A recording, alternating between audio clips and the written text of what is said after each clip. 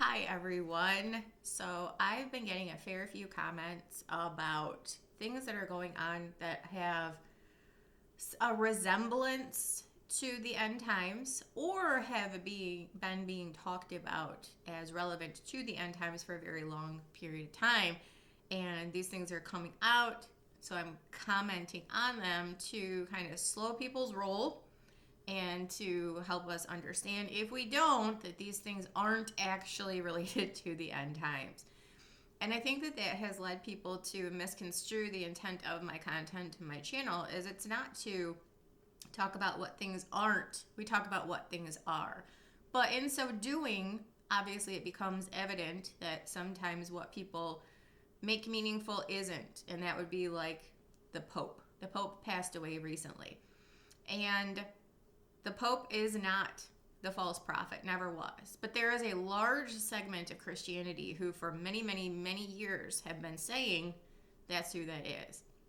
And so, obviously, when they libel this person and say they are this thing and they aren't, or they slander this person and say they are this thing that they aren't, and then that person passes away, clearly that was proven false. And that's happened with actually the last two popes. Where people had sworn up and down that this person was this end times figure, and then they died. Well, clearly that going to take the wind right out of those sails, and then there's going to be some, reiteration of the concept that that's not who that was anyway. But people are very prone to trying to figure out, or to try, I know we're labely. For whatever reason, we're labely, and we're trying to assign these roles to these people because we are determined to prove one way or the other that we are in the end times. This has been going on for decades upon decades, where people think that they are in the last days, and so they're trying to find a way to relate what they see in their present time to the Bible. That's what the King James Version did back in 1611, I think, when it was written, because there was the whole Protestant Reformation, Martin Luther and the 95 Theses and the Protestant Reformation.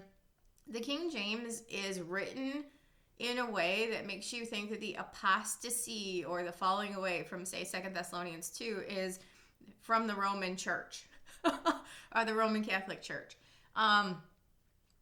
That's one of the reasons I actually don't like the King James, is because the way that that's written is toward a way that would lend you to suspect that it's the Vatican or the Catholic Church that is apostate, or the apostasy, or the beast system. And obviously there's a segment of Christians who read the King James exclusively, even the, I'll dare say it, cult following that is KJV only.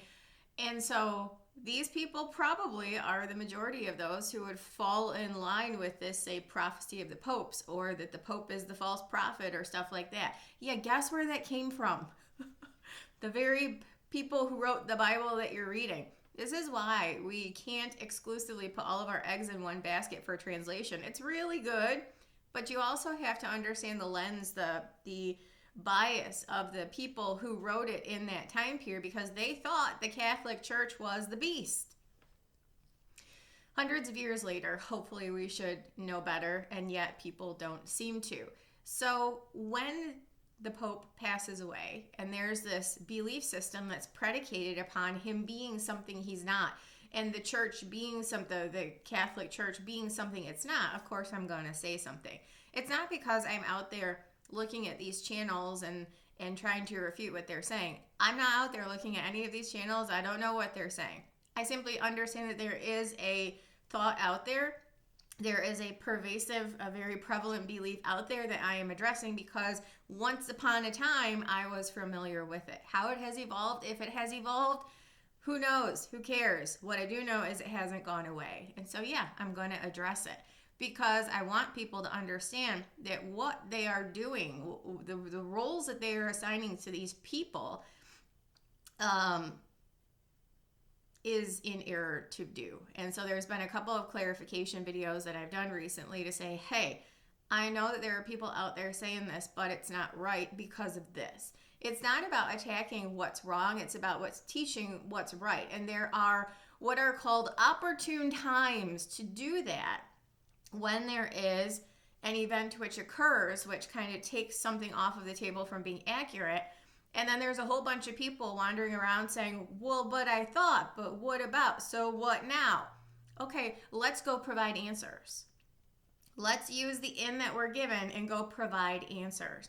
It's not about a I'm right, you're wrong. It's about clearly this wasn't right, but it took this event for you to understand that it wasn't right. So now let's go reevaluate and discuss what it actually is. That's what learning is all about. But there are times when people are not open to hearing until what they think is no longer a valid option. Okay, so use the timing that you're given and make the best of it to teach a truth, to teach a biblical truth. That's what we do. Hopefully that's what we do. It's not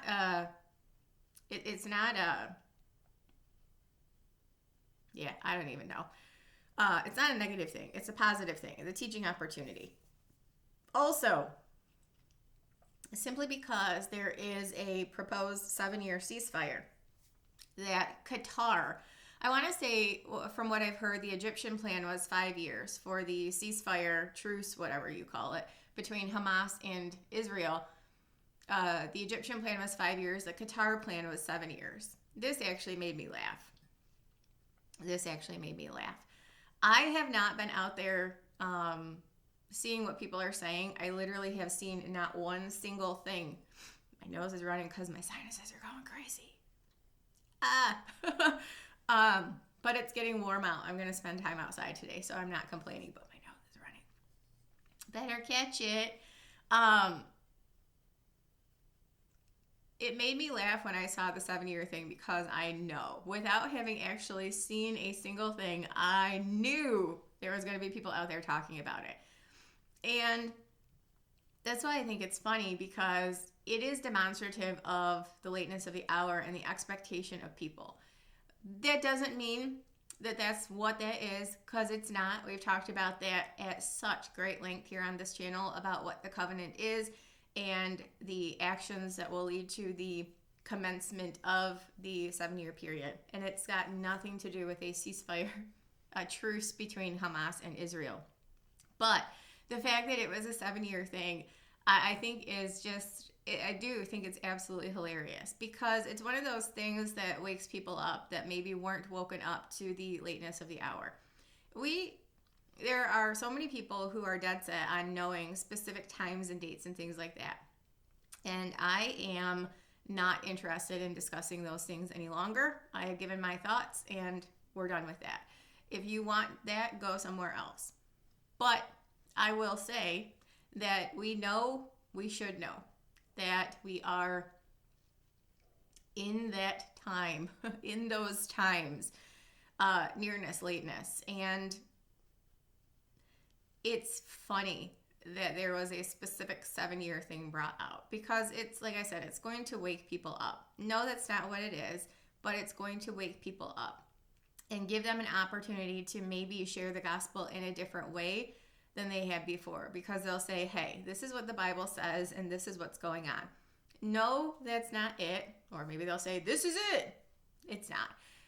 But it gives people, it highlights an opportunity, an opportune time to discuss truth with people who maybe were closed to that beforehand. And anytime there's a 7-year thing regarding Israel or the Middle East, obviously it's a call to attention of a certain sort. So I think it's interesting and I think it's fascinating. But the specific content I've been putting out regarding some of the posts or the videos have been related to opportune times to discuss truth with people who were previously closed off to hearing it. And that's the only thing that we can do in a lot of these circumstances, is just wait until ears are opened or eyes are opened, and when people are seeking answers, to be able to step in and provide them. We know We are equipped, hopefully here on this channel, we are equipped with the answers, and we simply need to wait for the time that the Lord presents in order to share those answers with people who are seeking to understand what they are.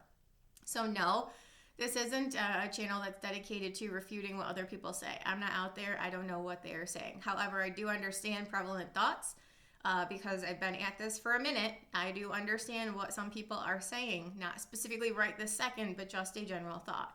So it's an opportune time to revisit some of these concepts and to make sure that we are grounded in truth.